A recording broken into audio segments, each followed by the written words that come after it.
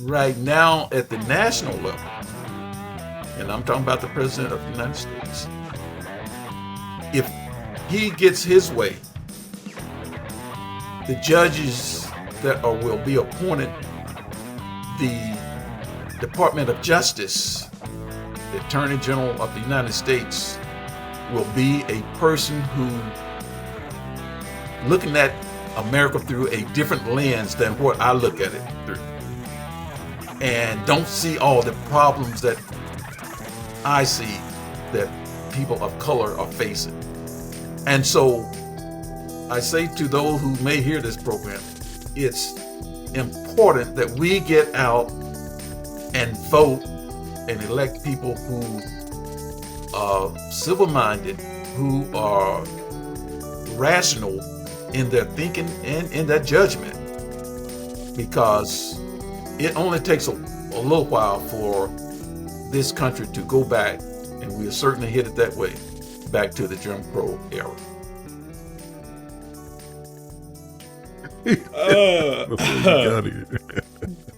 All righty. Welcome in. It's Alabama Politics This Week. And if you're thinking, hey, I might have missed an inside joke, you're right. And you don't get to know what it is.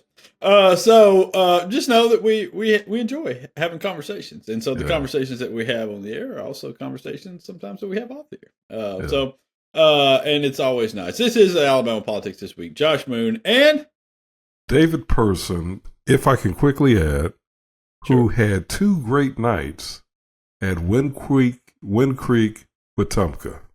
Whoa, I saw the Facebook post, man. So, you know what? We were going to talk about our friends at Wind Creek who sponsored this, because this is Alabama Politics This Week, brought to you by Wind Creek Entertainment. So tell me what happened.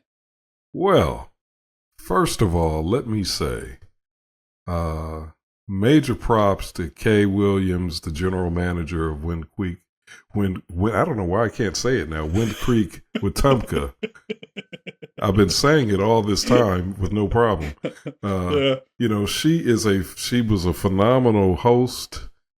She and her assistant general manager Jonathan took me around, walked me through the casino, which is an amazing establishment, by the way. For folks who like gambling and slot machines, you got mega options. Over 2,000 machines in this huge open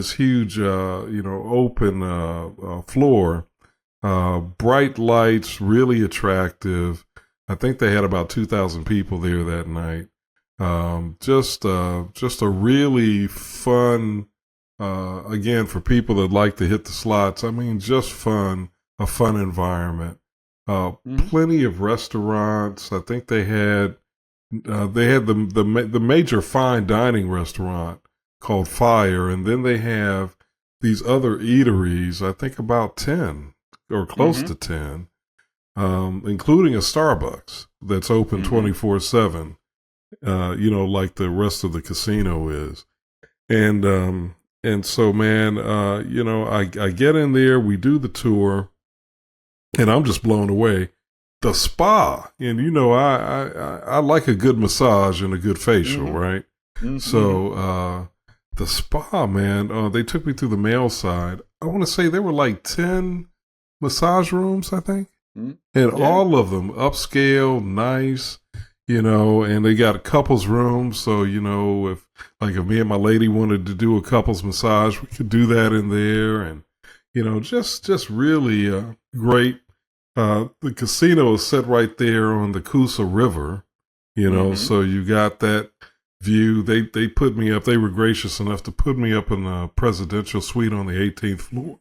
Look at this. Yeah. Look at this. So I had a nice view of the Coosa River and just a beautiful, comfortable time. Great gift shop. I bought a couple of gifts. One for my lady, and just really a great, just a wonderful environment. Had a great time, great hosts. I mean, couldn't ask for, to be snowed out, because I literally could not get back up this way, you know. Yeah. South of Birmingham, I-65 was just messed up from south of Birmingham all the way to Huntsville. So I actually ended up staying. I was only going to stay one night. I ended up staying 2 nights. But, man, couldn't have asked for a better environment, better location to be in. All of the service people were great and friendly. Just a wonderful environment, man. Yeah. Really great. That's the way it is. That's the way it is. I mean, they're good. It's a good place. It's good folks. It's done right. I don't know why, you know, let me ask you this. Did you feel senior when you left there? I mean, did you feel like you know, I mean, because this is the only reason I can think that we're not doing this all over the place, you know, is that we just, you feel senior when you leave. No. Yeah, did you step over hookers or anything on the way out the door? No? I didn't see any hookers, strippers, or disreputable people as far as I know. Everybody was right. Up and up. Town of Wetumpka seemed to still be doing okay. Town of Wetumpka thriving. Yeah, Town of Wetumpka is looking pretty good, man. In fact, you know, I have some extended family down there, so I spent Saturday with them. Man, Wetumpka is a beautiful little community. In fact, Sunday before I left, they took me downtown riding around, and it kind of had that Hallmark feel to it, you know? Mm-hmm. Yeah, so it's a really nice little town, man. And my extended family, they love it. I mean, they were raving about Wetumpka. They love it. Well, good deal. I like it. Yeah, there's some good people in Wetumpka. I know a lot of folks over around that area that are really good people. And as far as I can tell, the casino's been there for quite some time now, and none of them have been corrupted to the point that you know, it's the town has fallen into Phoenix City of the early 1900s or something. So no, listen, and I'm being facetious about it, of course, because these are the idiotic arguments against the gambling that we have, and you know, we have these wonderful places that could be, you know, and these folks who are building $500 million casinos in other states, and we could have that here and have the same environments and having people travel and come here and do these things, and we don't because we're dumb. Yeah, you know, and I'm glad you're saying that, because truly the only thing that I can say for me that was a slight problem, and you know, I don't drink, I don't gamble. You know, once every 10 years, if I can find a blackjack table, I'll play $20 or something, but that I don't count that. The only thing I can say that might be a problem for some people is they used to allow smoking in that main area. They haven't allowed it, I think, since before the pandemic. They disallowed pandemic it. is when they changed it all. Right. Mm-hmm. So, you know, so there is still, I guess because of so many years of cigarette smoking, you could still catch a whiff of it. But that's something even that Kay was saying they plan to address. They plan to get all that carpet out of there and you know, do what they can to get rid of that odor. But outside of that, man, I mean, it's a pristine environment. You know, people are drinking, but I didn't see anybody drunk. Nobody was acting out. I mean, it's just people coming and going, free flowing, you know, just coming in, doing what they do and enjoying themselves. Like a normal adult party, right? Yeah. Adults willfully going in and having a good time. I mean, we must stop this. I mean, it's, you know, it's nice, and you know, I don't get it, man. I don't understand it at all. But listen, we in this state, we have a higher standard of doing things, okay? In the state of Alabama. Is that what it is? Yeah, we have a higher standard of doing things, and that's why those people in California whose houses are burning down, they need to get their shit together before we give them any of our money. Because I mean, you know, look at our rankings on things and California's rankings on things, and let's be honest about you know, who needs to start changing their ways and doing things a little better and behaving a little more appropriately before we hand out any cash to anybody. You know, I mean, after these fires that were clearly their fault. Yeah, but not only were the fires their fault, but clearly, when it comes to dependence on federal money, I mean, you know, there's just no comparison between Alabama and California. I mean, California funds us to the point of our entire budget, basically. You know what I'm saying? I mean, it's just, Tommy Tuberville. There are a few things that get said by people anymore that really, really make me angry. Yeah. And Tommy Tuberville's, to be honest with you, they don't deserve anything. It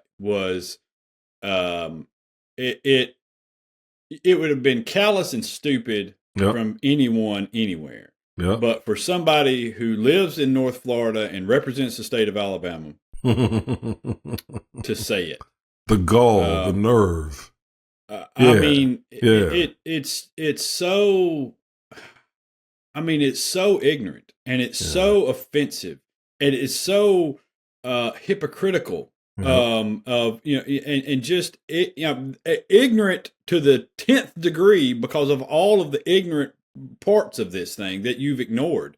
The state of Alabama and its dependency on states like California that do things the right way, and that it just carried on from there. And I don't know when we decided it was okay to politicize a tragedy, but we can never do it with school shootings because it's just too soon. It's too soon. But while the fires are still burning out there, it is the problem. The problems are woke firefighters. They didn't maintain their forests properly. That's just the whole not thing. Enough water. The whole thing is idiotic. It's just really idiotic. The black mayor. I mean, my God, David, they've got a black mayor. I mean, what did they expect? They got a black mayor. They have LGBTQ fire leaders. Leaders of the fire department in LA. That's what the problem is. It's all wokeness. Which is utterly ridiculous. Meanwhile, you got Trump nominating somebody like Hegseth that Tuberville, full-throatedly supports.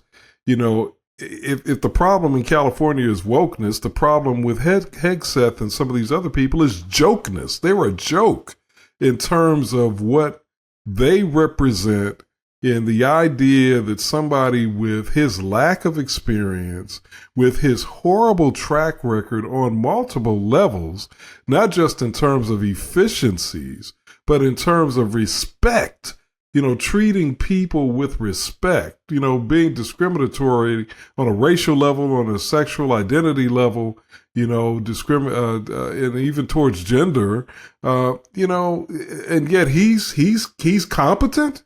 He's not competent. It's just outrageous. The double standard as a black person, it's laughable, but then it also makes me angry because they trot this bull crap out every time. Mm-hmm. No, they do. And it's, and I guess, it scores points with people who don't think a lot. That lady that's running the fire department out there as a 23-year vet of that fire department, worked her way up through the ranks, year after year after year, served as a chief deputy and a deputy chief and assistant fire chief, an engineer, a paramedic.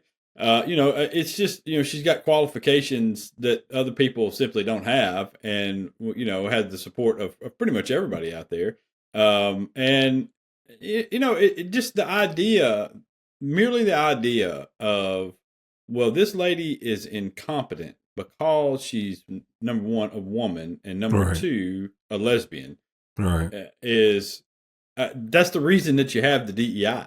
You know what I'm saying? The reason that you have DEI programs is so you introduce people to folks in diverse situations, so they come to understand that is stupid shit. Okay, that is ignorant nonsense. It just, look at what's happening out there. And what kills me is that for the better part of 3 decades now, scientists have said there are going to be catastrophic events in a lot of states because of climate change. That are in drought situations, and California and Arizona and some of these other southwestern states are going to be hit harder than most everybody else because of the drought situation that's going to take place. There's going to be severe drought problems here. Everything that they have predicted has come true. All right. And now you have a high wind event in a drought situation. And, people, well, why didn't they catch some of the rainwater? There's not enough containment to hold the water it would have required to fight these fires. There's not. It's just unprecedented. It's a fact of life. I mean, on the Daily Show the other night, Jon Stewart showed a picture of the Palisades, the Pacific Palisades before it was built up. And I mean, basically a desert, there was nothing there. And it wasn't from some catastrophe. That's the way it was. And so you have this sort of plains-like area and the wind's whipping across that and it's blowing that fire. And I mean, they were talking about an ember from a fire landing, as much as 3 miles away and kicking up another fire. It was crazy. There was a camera crew from one of the local TV stations I was watching, and they were in a neighborhood that was perfectly intact. Nothing was going on, and there was nobody around really. And they panned the camera up, and there was one single palm tree in the front of this house, and the top of it was on fire. Wow. And I mean, it was just, and they were like, nothing has happened yet from this, but, we've got firefighters on the way to try to put this out because they know it's going to spark something else if they don't. And this is from, embers from a blaze that was in a different area completely. And the wind blew the embers this way. And that's what they're dealing with. And for you to set up and act as though Gavin, listen, this is all a ploy for the next round of elections in 4 years, where Gavin Newsom is going to be the one of the presidential candidates from the Democratic side of things. He's been a thorn in the side of Republicans because he speaks clearly and plainly and with facts, and it's just annihilates them whenever they challenge him on things because he comes with facts and can he's sharp and quick and he can bring them up in a hurry. Yeah, very, very quick. And so that's what this is. And listen, you got to give the Republicans credit because it's the same thing they did to Joe Biden / Kamala Harris, because they started campaigning as soon as the last election was over with. And that's what they're doing here. They've just started campaigning. And it's just, it's disgusting. There's one thing I want to point out, though, Josh, that I think really people need to, and if I were a Republican, I would be yelling this from the rooftops. Mm-hmm. How in the world do you ever expect to grow your party beyond this limited strip of people, basically white people who are afraid, of people of color, of LGBTQ people, who are afraid of the change that may come with the concepts and values of some of these populations. If you're always, playing that card, well, it's because they're lesbians, that's the problem, or they're transgender, that's the problem, or they're black or they're Hispanic, and that's the problem. And then at the same time, you turn around and say, but we'd love for you to vote for us. Right. Heck, we're not going to vote for you. The vast majority of us are not going to vote for you because we hear what you're saying. Now, there are always going to be a small percentage of people who, for whatever reason, they're going to vote for you anyway. And I think they're easily duped. That's my opinion as a black person. And if somebody takes offense to that, I'm sorry. That's the way I feel.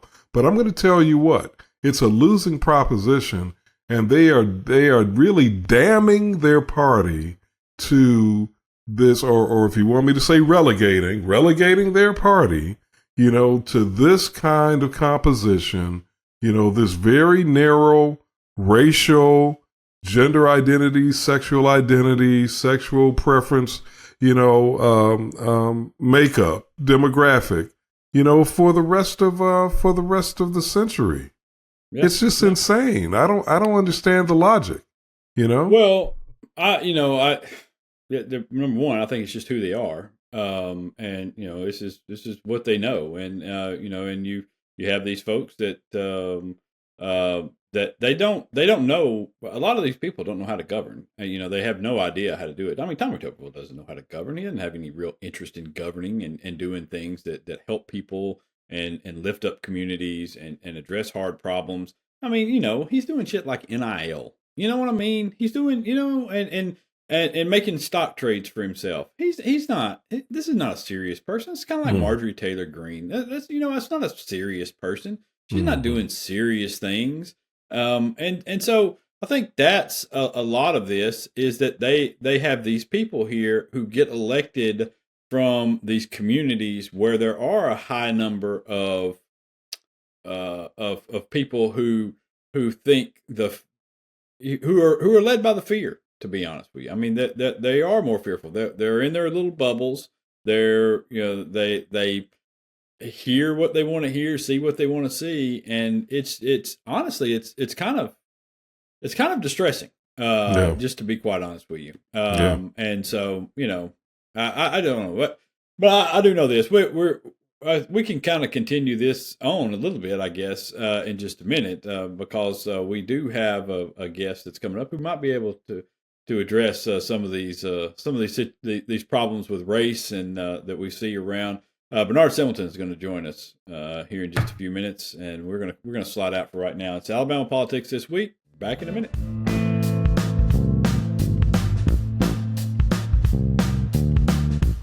Welcome back to Alabama Politics This Week. I'm David Person, of course, with Josh Moon, and we are very pleased to have with us the CEO of the NAACP for Alabama, Benard Simelton.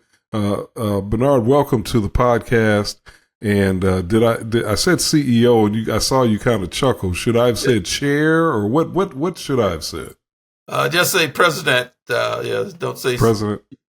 CEO indicates that I get paid, so this is not a paid position. All right. Point taken. President of the NAACP here in Alabama, Benard Simelton, my friend. Good to see you.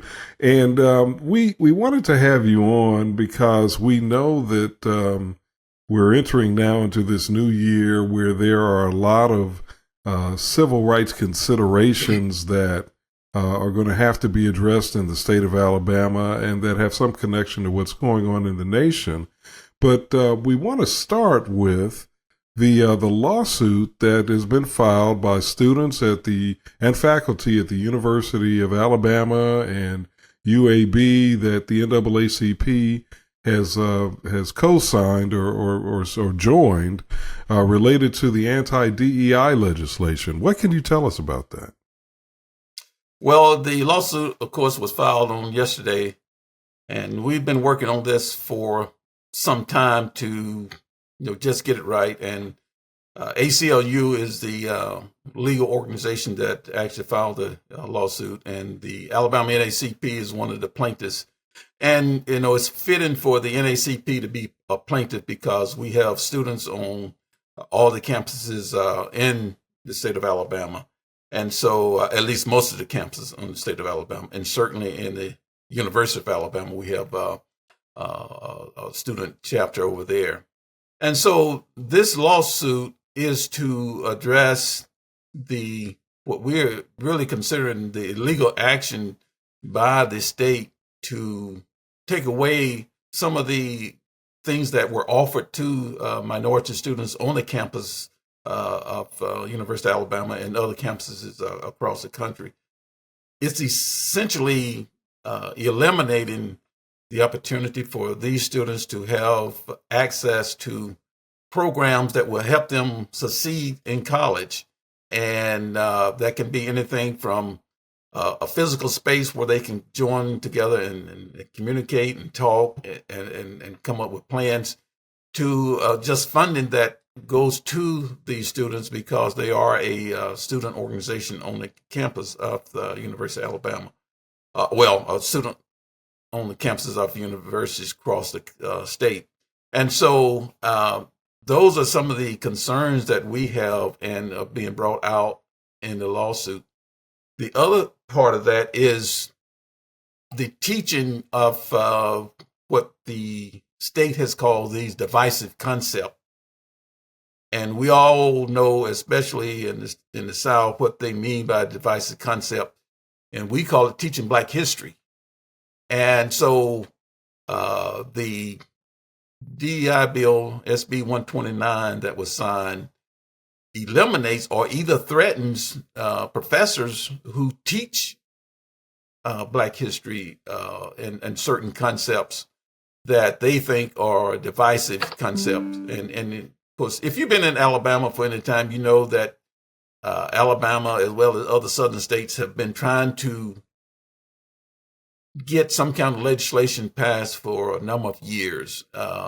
And so last year they were able to get a bill passed and to eliminate DEI and those type programs across the university. And it's not only University of Alabama, it's across, like say, several of the PWI institutions in Alabama. You know, something that I've always argued is if you want to talk about divisive concepts, then why are we still allowing the Confederacy to be celebrated and discussed in ways that are laudatory? You know, if I, you know, in my opinion, that's just as divisive or more so really than any other topic that can be brought up. I mean, has that idea entered into the thinking at all on in terms of this lawsuit? Before you answer, I would like to just point out to strengthen David's point here. On Monday, we are going to celebrate in this state a split holiday between Martin Luther King Jr.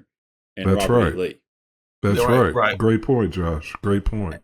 And David, you make an excellent point, and that point has been brought up, and it will be brought out in the legal actions, and you know, we are hoping that the state, you know, relooks at this bill, relook at this law, and at least to modify it to where it does not impact students and faculty the way that it is.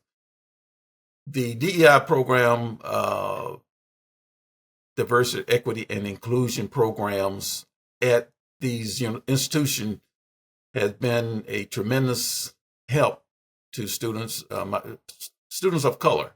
And to take that away, you know, takes away a part of what makes a university, a student's experience at a university worthwhile, you know, and they want to come there and get a good education, but you're taking away some of the things that help them to matriculate and to make it through these universities. Mm-hmm. How long do you expect this lawsuit to play out in the courts? And this is a two-part question. And then two, considering the political composition and the ideological composition of the courts, what's the realistic expectation that this lawsuit is going to prevail? Well, you know, I say that if we can, and it has always been the NAACP and other organizations' belief that if we can get it into the federal courts, in which it's filed in federal courts, that we stand a chance of having our voices heard realistically and getting some remedy.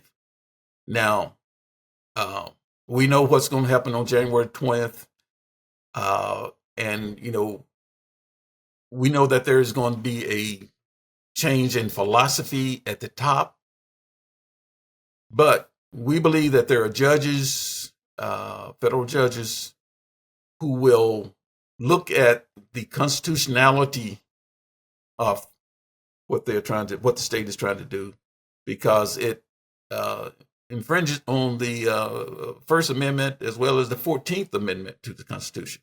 And so we are confident that once the judges hear the arguments in these cases and hear from the students the direct impact it is having on them, then they will agree that, we still need diversity, equity, and inclusion in our educational institution to ensure that our students are able to attend these institutions and do well.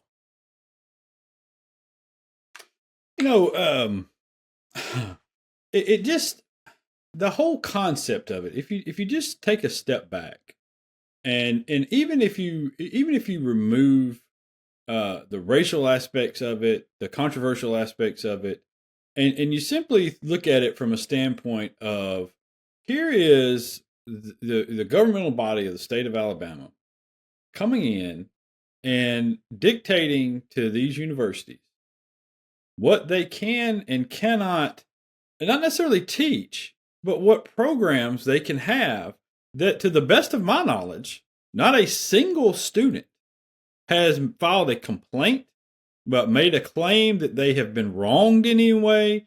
No white kid has ever come up and said, hey, I don't like the DEI program because it's hurting me in X way. Nobody who's been employed at a university has ever said the DEI program has hurt them in any way. So there was no harm that was laid out prior to this thing happening. And so if you just remove all of that and just look at it as, why are you dictating to this? I mean, it almost, you have, when you boil it down, it comes down simply to race, right? I mean, it comes down to simply, this was that they didn't like the fact that they had set up programs that may benefit, minority students. Right. And that, this all started, it didn't start in Alabama, and it started through, and the NAACP certainly is a nonpartisan organization, but it started with, the Republicans joining together and wanted to implement this, especially throughout the southern states. You look at Mississippi, you look at Florida in particular, Georgia, all the southern states, are implementing some type of anti-DEI, diversity, equity, and inclusion program. And, the students are the one that's really going to be hurt. And, 5 years from now, 10 years from now, we don't know what the University of Alabama makeup is going to be. Right now, they have they're doing very good as far as attracting minority students. But if some of these programs are removed and are not available, they may not be able to attract and retain students of color. And so, and again, it's just all the programs that are there to help the students while they are attending college, and to ensure that they get access and have a great education and a great educational experience at an institution. And so I think that in the future, if this continues, I think it will impact enrollment and retention. Real quick, because I had something else I wanted to ask you about as well. But, it occurs to me, I think, sometimes that maybe people don't really understand when we talk about these DEI programs. They don't really understand exactly what they are, and what they do and how they assist students, minority students. So, I mean, could you kind of explain just a little bit about what the DEI programs are and how they provide a more welcoming atmosphere to minority students? Right. Again, each institution, it's different, and I do know at University of Alabama and Auburn, as well as the Troy and other PWIs in Alabama, that they have had someone at the school that was focusing in on how do they become more inclusive. And it's because of the past racial things that have happened that prevented Black students from attending these schools. And so they implement these programs to try to make the playing field equal, to share with white students and Black students that, what is the history of African Americans in the state of Alabama and, of course, the nation. And so that is part of it. The other part is, again, to ensure that the students have access to programs. Some of these students are first-time families, members to attend college, and putting them on a college campus where there are 15, 20, or 30,000 students, that can be shocking. And seeing students that, majority of students don't look like them, what to expect, kind of just how to navigate that environment. And so these programs are there to assist them and helping them, matriculate, navigate, and to be successful. Now, the other part of that is as I said earlier, what is taught, how history is taught, and we want to make sure that the faculty has the leeway to teach history as it occurred without it being either twisted or only taught one side of it. We need to hear the entire history of what happened in Alabama. It's not that, I'm going to hold it against my white neighbor or anything, but I want to know the history because it is an important part of America and what America is. And if the playing fields were even, if the playing fields were even, we would not have to talk about this. But we know, and that they are not. And so we have to, and we must ensure that we are doing what we can to try and make the playing fields as even so that my son, my grandson, and their children will be able to go to the school of their choice and be what they want to be and not be discriminated against because of either some type of mission requirement or either what they're being taught at the school. Mm-hmm. I know that's a long answer, but yeah. No, that's great because you're right, and it speaks to the complexities of America today, and and even on a simpler note, I mean, it provides people with a context of why things are the way they are, and what led to this, and the more people know, I think most people, especially kids, younger folks, they don't want to be discriminatory, they don't want to be racist, they don't want to be thought of in that way. And I think with the proper context, they learn how these things happen, and they're far less inclined to be that way. And I think that's the reason why you see these problems is there's a lot of people who have a real interest in wanting to keep some folks that way because that's how they get elected. Before give it back to David, I wanted to ask you about something I know the NAACP has been involved in, and that's the case over in Decatur. The shooting of Stephen Perkins by the Decatur police officer. And I know right now, I read a story from our friend who's been on here before, Councilman Billy Jackson, about the report, the independent review of the police department that has been issued apparently just now to the council folks, and it has not been made public to anybody. But Jackson talked to the Decatur Daily and said, he saw some very, very troubling things in that report. About some things about what actually occurred not lining up with the police body cam footage, and some other things that have gone on within that department that have been covered up by the police department all the way to the top. I don't understand how Todd Pinion still has a job. I've said this before. I mean, the people talk about Todd Pinion's been great since this tragedy or whatever, and he's been willing to listen and been willing to talk. I don't know. You can't run a department this way. You can't run a department the way that he's run this department and continue on with the trust of the people. Nobody trusts him in that city at this point. So what? I mean, where does the NAACP stand on this at this point? Are y'all monitoring that situation, and how do you feel about the continued employment of Todd Pinion and the Mayor Bowling? Yeah. Well, our local branch there is handling that. They're involved a lot more than we are on a daily basis, and we know the mayor's already said that he's not going to run again, and so he's somewhat taking the easy way out, but it's probably best for the city. But the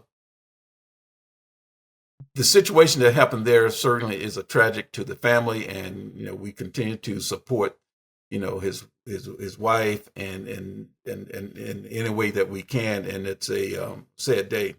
But the review, the city must make that available to the public. I mean, point blank. Because if they do not, then it's going to be leaked one way or the other. But people are going to fill in the blanks and make this, release it, and then let's face, whatever comes out of that, and put in place a program that will lead to policing that is fair and equitable. Because I would say that, while this tragic happened in Decatur, there are more police departments that can go through the same scrutiny and needs to go through the same scrutiny to ensure that our officers are, that the police officers are law enforcement, because I'm talking sheriff and local police, as well as state troopers. And so we need to make sure that they are doing things correctly. There was a situation over in Pickens County last year where a police officer, the guy was out there changing his tire, and the police officer came up to him, and before you know it, she hit him on the ground, tasing him, and then she bent him over the car and tased him again and said some derogatory things while he was in handcuffs and couldn't do anything. And she was tasing him. And so there are a lot of law enforcement agencies that needs to go through the same type of top-down review. And again, the bottom line is that we need policing that is fair and that treat people as individuals and not assuming that you are some type of criminal. And again, it's not just in police department that are majority white. It's we saw what happened in Memphis a few years ago. And so we need policing that is fair and that they have policies in place to get rid of those officers who think they're in the wild, wild west. And so that's what I think is really lacking in a lot of our police department. You got that kind of blue code that that you don't dare violate. And I understand that, but we got to have policing that is fair, because when you put on that badge and put that gun on your side, you have a lot of authority, and you cannot abuse that authority. And you're supposed to be serving all people equally. My understanding, I've got a good friend who has been in law enforcement for, I don't know, probably over 30 years now, and has been chief of police in a number of locations, and is a former Marine. And he was telling me once that the way they're trained, Benard, is they're really trained culturally to presume certain things about black men in particular that they don't presume about white men. And I think, we all should be given the same presumption of innocence, whether you're black, white, male, female, whatever your color is or gender is or any of that. So let me ask you one final question. As we look at what's happening in Alabama with this, going back now to the DEI issue, the attack on so-called wokeness and DEI and the teaching of so-called divisive concepts, even though we've already discussed what a farce that is, it appears as though we are things are trending in a direction where they're moving closer and closer to what was once Jim Crow America. Now, I know some people will say, "Oh, you're being hyperbolic. That's extreme." But I've talked to, and Josh knows, we've had some state legislators on here, and I've asked them about this, and they have agreed that they think that's the trend that we're moving toward. Do you agree with that, or do you sense that that is a possibility? Yeah, certainly I agree. But they're not going to call it Jim Crow because that's a term that signifies certain things. But we are moving to those type of attitudes, those types of policies and procedures, and so we must do all that we can. Organizations like the NAACP and others who on a daily basis fight for human and civil rights of all people. We must step up our game to ensure that, if we can't beat them through the marching, through the rallies, we must vote. And then, last is to take them to court. And we must vote so that we can help people on the courts that will look at things that in a manner that will be fair and equitable. And right now at the national level, and I'm talking about the President of the United States, if he gets his way,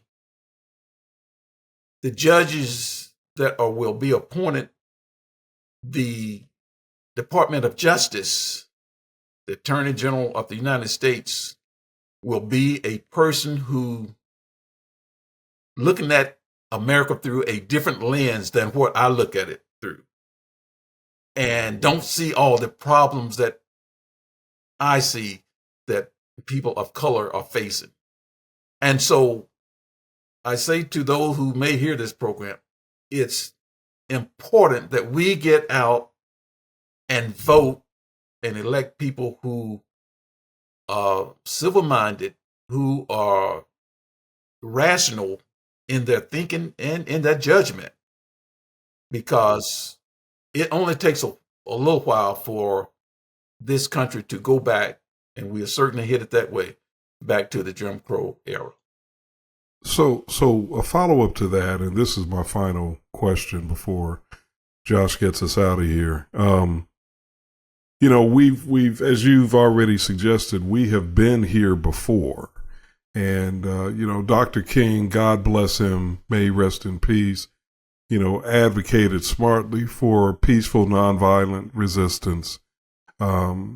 Is that the strategy that in 2025 and moving forward that we need to be thinking about? Or do we need to be thinking more about, as some people are suggesting, more black men need to become gun owners? I hear that. I've heard that more than once, over the past, 5 to 10 years. More of us need to become gun owners, and there's more of a sort of a moving beyond just, I guess I'll say, a passive kind of peaceful resistance, and more into a, hey, if somebody comes at you, then you need to go back at them kind of mentality. What do you think? What do we need to be doing? Yeah. First of all, I don't think more black men or anyone need to become gun owners. And that's not to say that, you don't have the right to get a weapon to protect yourself. That's not what we're saying. but just to go out and say blanket, all black men, let's go out and get and strap on a 38 or 44 or what a Glock, whatever, 9mm or whatever. That's not the answer. The answer is again, it's not just one answer. It's a kind of a trifold answer. One is to educate people on their responsibilities as well as their rights. And after educating them, making sure that they have the resources that they need to get good jobs, to become, whatever they desire to be. And kind of the final piece of that is to help the court system, and we must rely on the courts to look at things fairly. And again, along with that is, how do we go out and vote? I think black men need to step up and go out and start voting in larger numbers. Every time there's an election, we need to lead the people to the poll, not meet them at the poll, but lead them to the polls, and making sure that we are electing people that will help our interests at heart. And the other part of that is to run for office, step up and run for office and lead some of these organizations, and from a biblical point of view, I think, again, I may get in trouble with saying this, but, from a biblical perspective, God placed men on earth for a reason, and called men. And so we need to do our responsibilities, step up to our responsibilities as men, and be the leaders of our families, to be the leaders in our community. Again, not taking anything away from women. I don't want anyone to misunderstand what I'm saying, because we have some fabulous women out there, and we had Kamala Harris, who ran for president, and so we need to again come together as a people of color, first of all, and work together as we have and did, during the times when we didn't have anything and everybody was equally as poor as the other, and kind of that mentality where we helped each other, we looked out for each other. If I did something wrong in my community, we didn't have cell phone, we didn't have telephone, but my parents somehow knew it before I got home, and so that's the attitude that we need to have, is that we are a community, we are working together, we are a family, rather than strapping on a weapon, saying, I'm going to take you out. Mm-hmm. Well, let me just tell you, I think the racists out there are a lot more afraid of black folks with a ballot than they are of black folks with a gun. And that's just the reality of it. You see all the laws and all the tricks they try to pull to stop minorities from voting all the time, and it's because that's what scares them and keeps them up at night all the time. Because if they do that, they might actually have to start governing and doing things, that benefits the whole of society. But Mr. Simelton, we appreciate it so much, you coming on and spending some time with us and talking about some fairly complicated matters and lawsuits and things. And we really appreciate the work that y'all do and that you do personally. And so thank you so much for coming on and spending some time with us. Okay. Thank you, Josh. And thank you, David, for having me on. And of course, anytime y'all want to have the NAACP on, and maybe, David, one day I will be the CEO and start getting paid.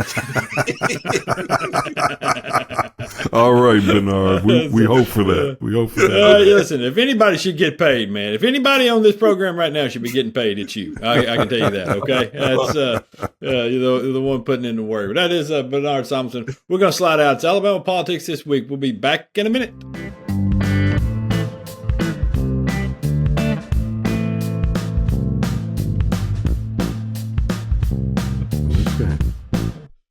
All righty, welcome back. And if you're wondering, yes, you did miss another inside joke. It's Alabama Politics this week. Josh Moon, David Person. Our thanks to Benard Simelton. And that's Alabama Politics this week, brought to you by Wind Creek Entertainment. And as always, thanks to those fine folks for doing what they do to help us out, which is, hey, you send us money and say, hey, y'all keep doing what you're doing. And then treating us nice if we ever stay at one of their establishments. Yeah, and I'm gonna tell you, man, I am absolutely going back. I mean, I enjoyed myself, enjoyed the stay. My plan is to hopefully. Did you eat at fire? You know what? That's one thing that I did not do, and it just that Thursday. Let me see what. Okay, that Friday night, they had made a reservation for me. And but I had snacked on the road, and I just was not hungry, and and then Saturday, David. Saturday I was with my extended family from like 10 in the morning until almost 10 at night. So no, I didn't eat. I missed out. I know I missed out. Ooh, man, we ate at that place, and it first of all. This is going to sound very weird, but I love one of my favorite things. I am not a big vegetable eater, but I love a steakhouse salad. And they have a Caesar salad at that fire restaurant that, man, I would give serious consideration to making my last meal. Wow. Or at least part of the last meal. Okay. And then the steak was excellent. Had some, the cheesecake tower. I'm not a big cheesecake fan. My wife said it was wonderful. Because I brought it back to her. She wasn't with me, but I brought it back to her. Just the appetizers, the little bread plate thing that they bring out.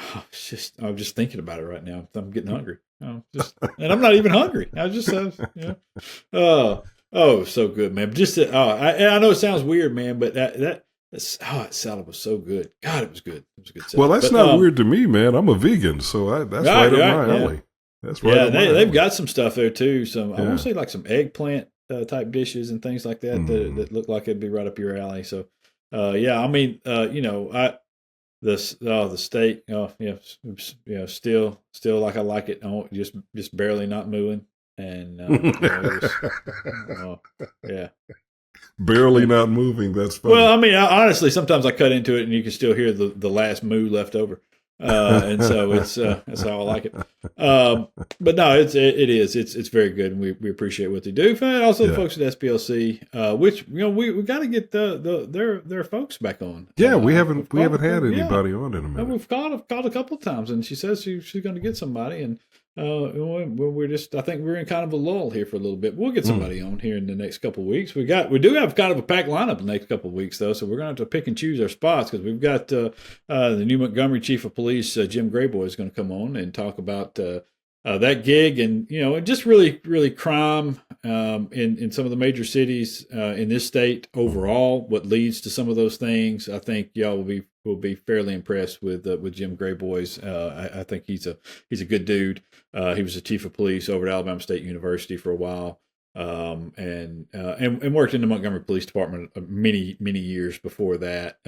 He has got the backing of a lot of people in that town on both sides of the aisle, and it's because he's a level-headed kind of guy. And that's what you need in your police department. That's what I hope happens over in Decatur, as we brought up with Mr. Simelton. I just that situation is atrocious. The one thing I think every police department in America should have is, number one, body cameras that operate, and a firm body camera policy that mandate that they are on at all times with interactions in the public, and two, a review board that contains citizens on just regular people that are on the review board. Cycle them on and off, have some other people, have some confidentiality standards if you want to have them or whatever. But regular people who go on that board who can say to you, whether or not they believe the bullshit that's being peddled by one side or the other, by the people who file the complaints or by the cops who are defending themselves against the complaints. One way or the other, you need somebody there to call balls and strikes on this stuff and to be unbiased about it. And I think it would solve 1,000% of the problems. I agree with you 100%. The only thing I would add is I also think there needs to be some proviso either in state law or local law that allows for body cam footage to be made public without any kind of impediment.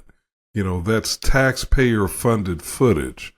So, while I understand there may be situations where for investigatory reasons you might have to hold off, eventually it all ought to be public.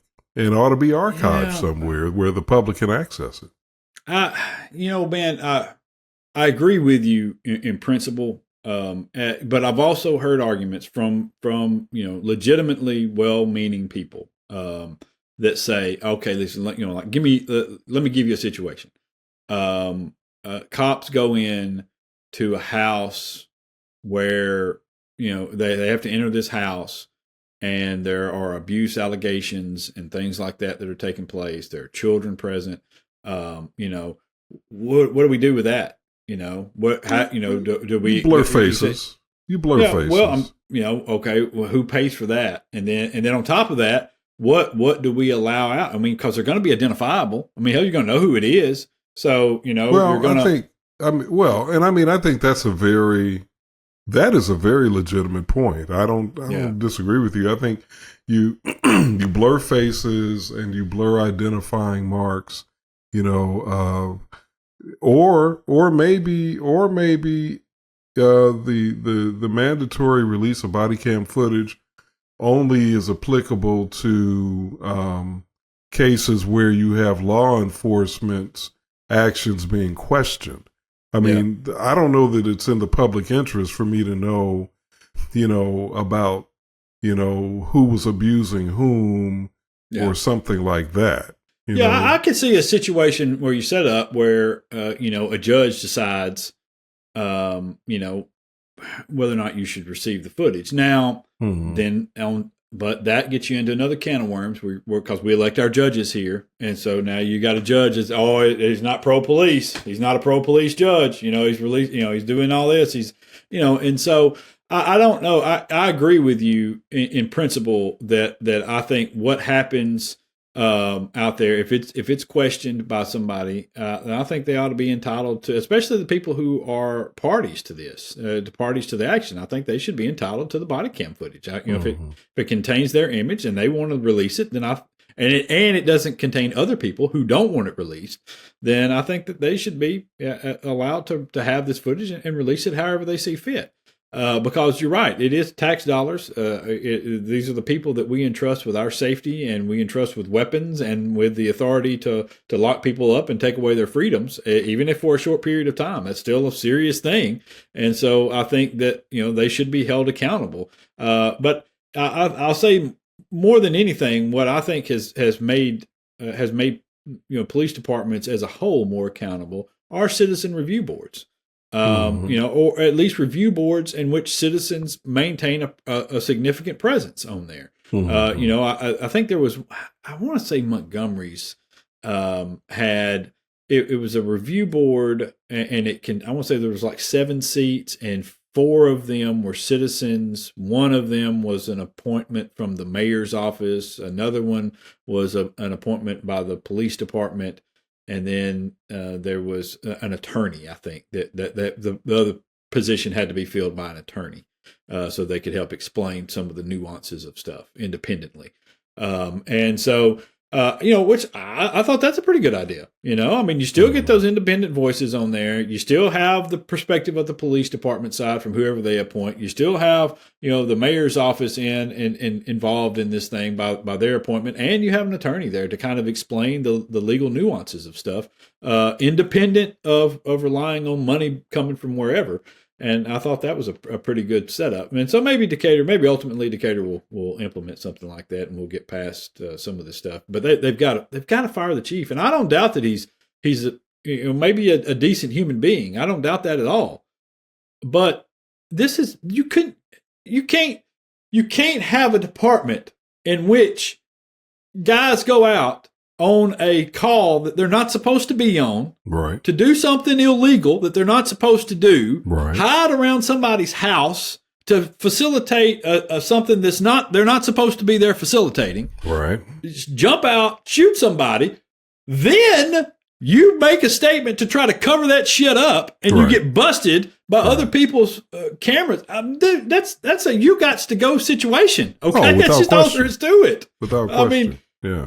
And if we now find out that there are other instances in which their public explanations don't align with what you see on the body cams, well, I mean, you've got a whole epidemic of this stuff. I almost said pandemic, a whole pandemic of this stuff, but a whole epidemic of this stuff. I mean, it's just you can't. That's a problem at the head of this thing, and you've got to replace it and get some leadership in that's going to correct that. Absolutely, the culture needs to change. Yep. And if you got to fire some people to get it done, then fire. People always talk, well, the police are going to quit. But if they're going to quit because you're going to make them do things the right way, fuck them. Let them go. Let them quit. Yeah. So, that, it's just, man, every day, it's just, I don't understand. I'm a practical person. And, and there's just certain situations that drive me insane as a practical person. And this is one of them. This isn't complicated, man. Yeah. Look at what happened. And the practical issue here is this. And well, we both know politics is often the enemy of practicality. Yeah. And I think that's part of what has been, messing things up here in Decatur. Is the politics of the situation, whether you're talking about the mayor or the police chief or that crazy guy that's on the council, that young fella, I can't remember his name, but what's his name? That crazy young kid, Hunter Pepper. Yeah, Hunter Pepper. Yeah. Did you?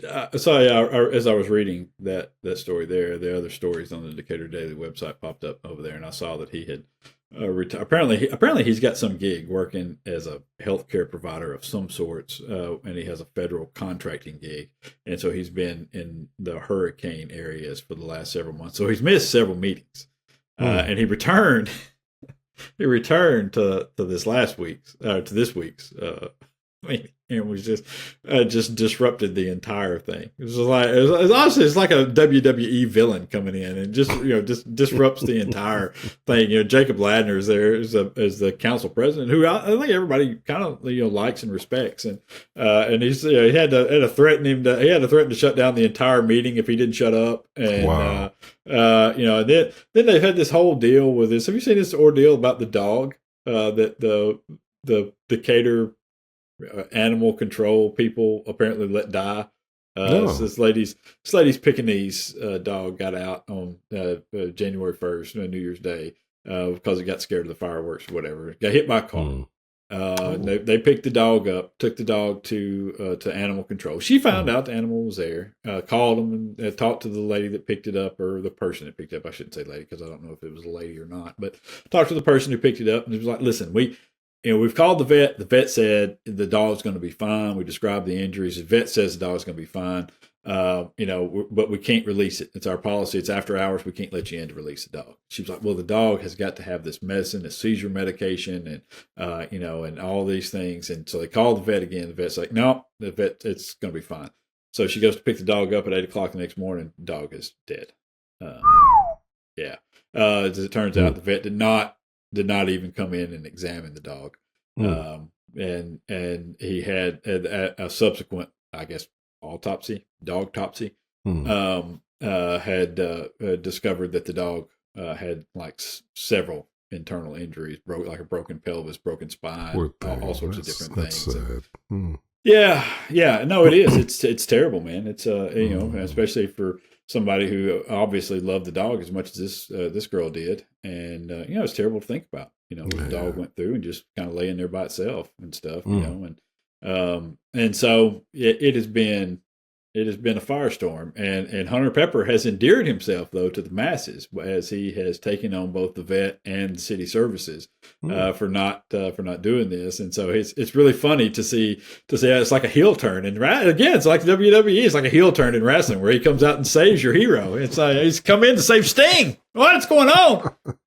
Saving Sting from the NWO. Little 90s wrestling reference. Yeah. Stretch that one all the way back. In years, yeah. I know, right? I know. Yeah. But there, before we get to the Rightwing Nut, there was something you wanted to bring up, and because I'm old, and I think it's because we're battling the flu over here at the Moon household, my brain is frizzled. Well, something has gone around. We know that a lot of people have been sick going back all the way to Christmas and even Thanksgiving, some folks. So hang in there. I wanted to talk about what Mayor Randall Woodfin's response has been to, the Birmingham Crime Commission report. And it sounds like they are headed in the right, the right direction. In that they are looking at, as I understand it, they're looking at a comprehensive approach to addressing the homicide problem and recognizing that it's not just a crime problem. It's not just a, quote, law and order problem. In most cases, I think it's well established that in most cases, if not all cases, high crime tends to be parallel to high poverty, and to historic disenfranchisement. So you want to address the crime issue. The way to do that is to make sure that you're addressing the poverty problem and that you are making sure that people in impoverished communities have equal opportunities. Most people in these communities are hardworking people trying to make it. You're always going to have a percentage of people, unfortunately, whether you're talking about low-income people or high-income people, you're always going to have a percentage of people who opt for, I guess I'll say the easy way out, which is often, defined by some criminality of some sort, but so that's the way to deal with it. That's the way to address it. And so they're talking about doing things like, and I think this is really interesting. Woodfin is saying that the city, and this is from an AL.com story, that the city of Birmingham plans to match employers willing to pay young unemployed black men a wage of $11 an hour, which would bring their compensation up to $22 an hour. Damn. That is quite an investment on the side of, from the city. But I think it's an excellent way to help, alleviate some of the economic pressures and other pressures that, might tempt some young men into going into crime. And so anyway, that's just one example. So I want to commend Woodfin. I hope we can get him on to talk about this. Yeah, I do too. Listen, I like it when we have people who take these things seriously. Yeah. I detest the unserious candidates for things. As we know, and Democrat or Republican, male or female. Right.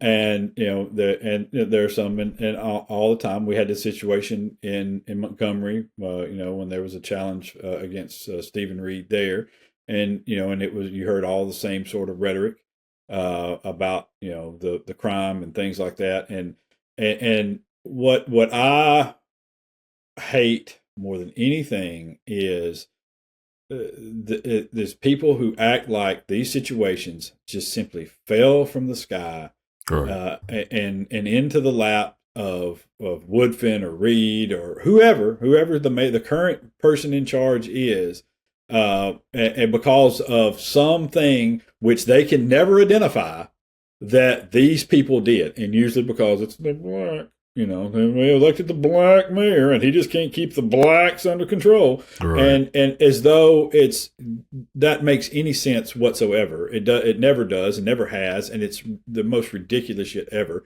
And you're right. It's interesting we had this because just last night I was having a conversation with a friend of mine, a good friend from Montgomery, and we were talking about. They had a shooting there, and I want to talk to Jim Grayboys about this as well. They had a shooting there last week in which we talked about this, at a gas station in the middle of the damn day in one of the busiest parts of the city.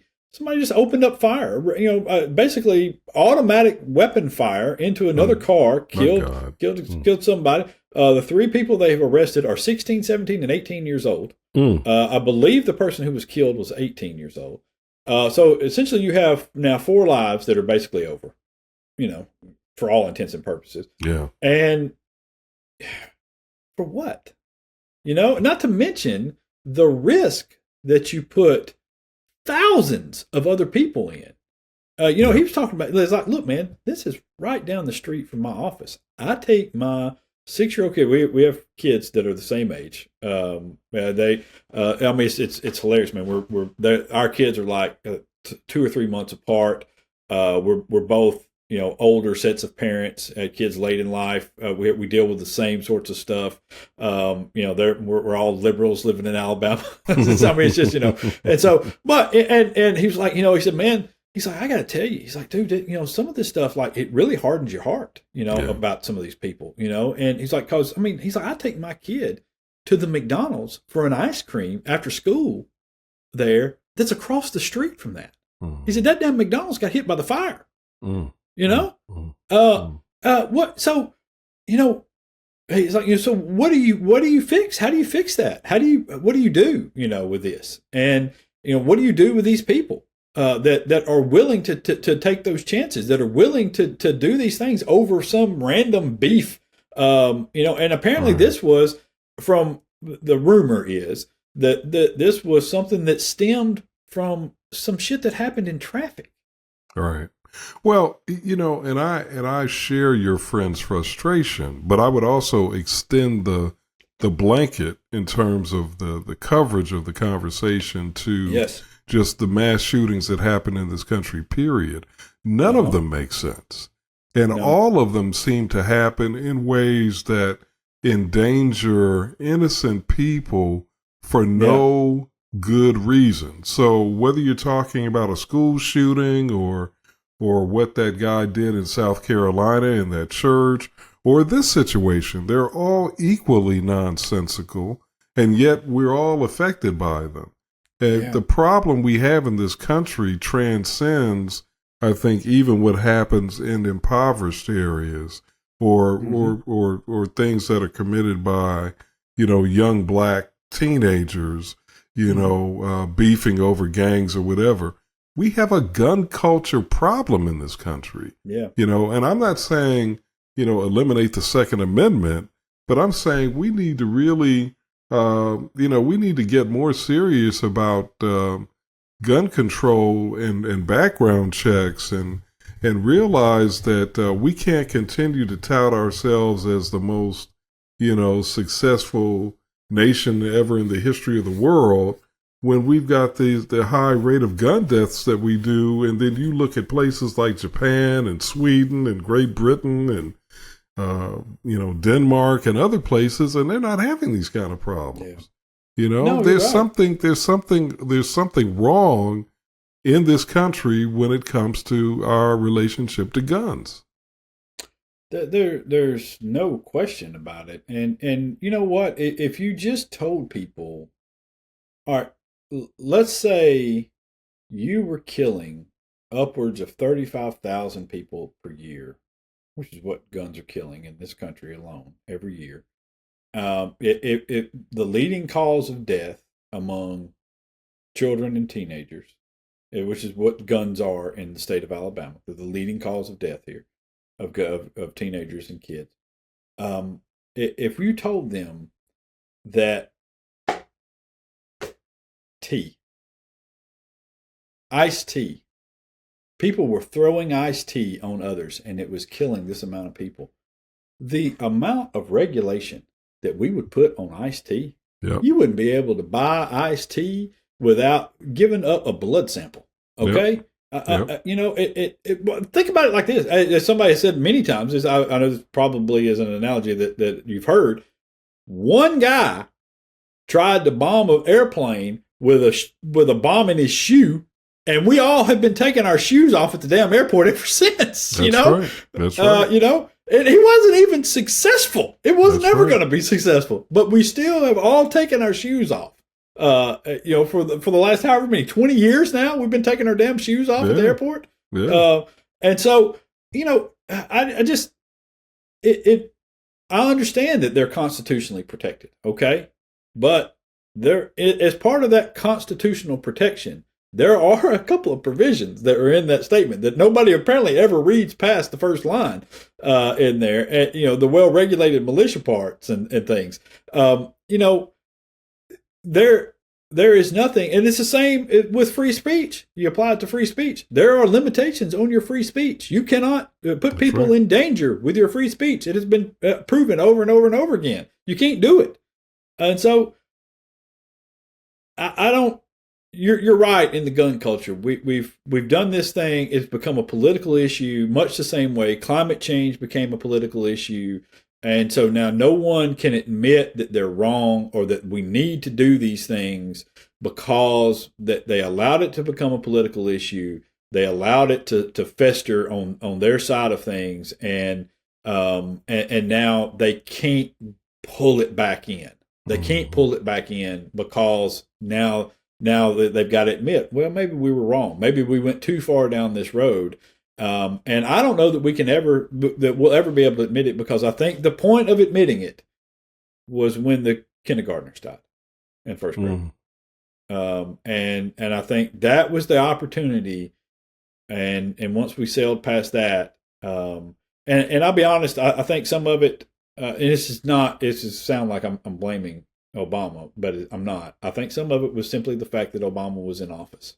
Oh, without question. Without question. They did not want to give him anything. They did not. They wanted to have another way to attack him of taking your guns. It's going to take your guns. I told you that Muslim's going to take your guns.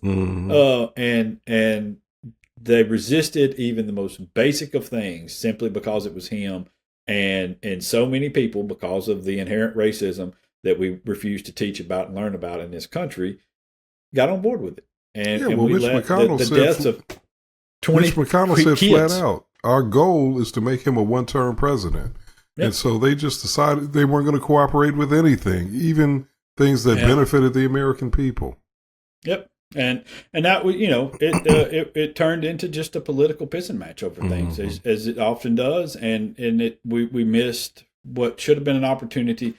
I don't want to take guns away from people. Okay, yeah. I'm not scared of your guns. I'm not. I mean, I'm scared of idiots with guns. As all sane people are. Because they do damage, real damage to people, and it's non-recoverable.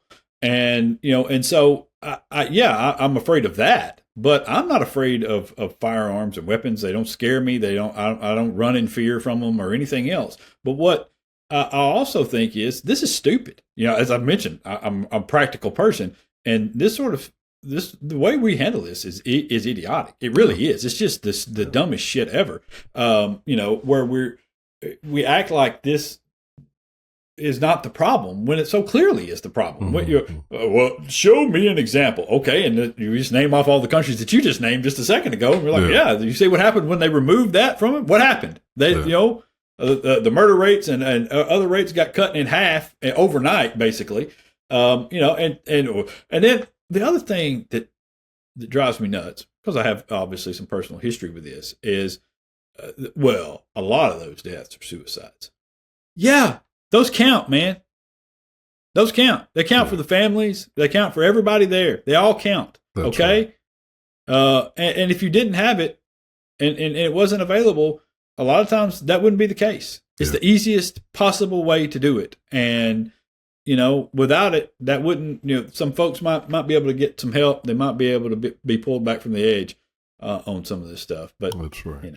Listen, we're going to try to get Randall Woodfin on and talk to him about this and about what he's doing there, because we like to support serious candidates who do serious things and address serious problems, and help them in any way we can, especially if they're running against crazy people. There's so many shots being fired here. I'm just. You're just you. Maybe that's a bad analogy considering what we're talking about, but that is what you're doing. You're just shooting. I don't know what you're talking about, David. I had no idea what you're talking about. Like I said, I just like to support good, sane policies, and when they actually go after with facts and not hyperbole and self-serving rhetoric. I just like that. All right. Our right-wing nut. Our right-wing nut is Kay Ivey, Governor Kay Ivey, joining with some other Republicans. Mike Johnson, Speaker of the House. I know some other Republican governors are going to follow suit as well. Kay Ivey issued a memo this week stating that she will be returning the American flag above the Capitol and ordering all state flags returned to full mast on Inauguration Day. And then we're for reference, we're in the 30-day mourning period, which is common after the death of a former U.S. president. We did it for Reagan and all the others that have gone, and nobody had a problem. Nobody said a word. But the narcissistic dictator wannabe that they have elected president started whining a couple of weeks ago about the flags being at half-mast and made it seem as though Democrats were gleeful that the flags were going to be at half-mast during his inauguration, which I talk to a lot of Democrats. I read a lot of stuff. I never heard anybody talking about this, especially in some gleeful manner in which it was going to be a shot at Trump coming in. I mean, other than maybe somebody made a joke, probably a late night person made a joke about the flags being at half-mast and it being a time of mourning for also what was happening. I mean, as a country overall, nobody was talking about this. But anyway, it got inside of his childlike McDonald's addled brain, and so which I didn't even think about it until he said it. Until I heard he was whining about it. Then I was like, okay. Yeah. Didn't even occur to me. So, I didn't either. It's the same way, and so anyway, and then he had, some of the Republican governors come down to Mar-a-Lago, and Kay Ivey was one. And lo and behold, a few days after returning, she announces she's going to return the flag up to full staff for the whatever. I assume full staff is the proper terminology for it. Because they cited some sort of law about inauguration and recognizing the flag. And it's complete bullshit. It didn't say anything in there about that, and nor is it proper. It's proper to do this for the time of mourning, but they're going to placate this idiot. And this is the sort of thing. This is the sort of thing that a few years from now, when the histories are written about how this horrible thing came to pass, this is one of the things that people mention. You can tell you how bad it was. They were so cowardly and afraid of this person that even during a time of mourning of a former president, at his wishes, they returned the flags to full staff, and because it's just another example of cowardice. That's all it is. That's it. You know what? Maybe we should actually be appreciative that there is now a full display of the cowardice of these people. That here it is. You're saying from the standpoint that now we know who they are. Yeah, exactly. Yeah. Now we know. Now we know where that there is no bottom that they'll sink to. Because they're just going to keep digging and going deeper and deeper to appease this person. And there, it's all a bunch of cowards. And here is a display of our cowardice. Yeah, I guess I continue to be stunned at grown people who have their own resources, who really, for all intents and purposes, especially somebody like Governor Ivey. She's not going to run again for governor. you know, she's got her own independent wealth. She doesn't have to appease anybody. You know, why is she capitulating to this? You know, I mean, what's going to be, you know, what is it that Trump could have possibly said to her that could have made her think, oh yeah, I need to do this in order to protect myself? She didn't need to protect herself from anything. She's safe. I don't get it. She's grown. She's a grown woman. I just don't get it. I just, you know, honestly, I'll be completely honest and tell you, I think that it's not 100% cowardice. I think that it's also cowardice and the fact that they know that they're dealing with somebody that can be bought through favors, bought through placating to them, brought through stroking his ego. Good point. You know, and so they want to have these certain things. They want to have, you know, they want Space Command to come back to Alabama. They want some other things that they're, and they believe that this person is malleable enough that they can give him stuff and give him shiny objects, and he will say, "Ooh, Alabama was nice to me here." You know what? You're right. I agree with you. I should have so I think that's a lot of it. You're right. Yeah, I think that's a lot of what they do in these cases. You know, Mike Johnson is obviously an embattled Speaker of the House who's going to do the same thing. He loves to have Trump support because it keeps a lot of people off his back, a lot of the crazies. And so I think that this is something that they do. But it's also a signal to the American people that, you know, this is not a good situation that we're in. Yep. We're you know, this is a 30-day mourning period of a really, really decent human being. You know, possibly the most decent human being we had left. And certainly in terms of presidents, you know, he is, you know, the only one that comes close is at this point is Obama. And you know, and it's just, it's such a bad look. God, it's such a bad look, you know. And but I fear it's just the first of many steps. And but you know, and when they I don't know, man. I think it's gonna be a rough 4 years of this. It's gonna be a rough 4 years. Shit. You know, because we've already started with this, them pretending like all of these ideas are good ideas. This, you know, that's the most absurd thing of all. It's such a, honestly, if you wrote it as a comedy routine, it would be like, why are you spoofing on the Emperor Has No Clothes like this? Because I mean, it's basically what it is. That's what it is. People, Greenland? Why, yes, I would like to buy Greenland. That's a great idea, Mr. President. Canada as the 51st state? Why not? You know. Let me tell you this. Out of all the ideas Trump has had, getting Canada as the 51st state, that's one I can support right there. Because they bring in Canada, give them the proper number of electoral votes, Republicans will never win another damn election in our lifetimes. It's a good point. I don't think they thought about that. Yeah.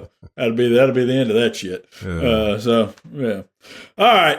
Let's get ourselves out of here. Thanks to Benard Simelton for coming on and spending some time, and our thanks to the folks at Wind Creek and SBLC for sponsoring. And until next week, y'all be safe out there. Peace.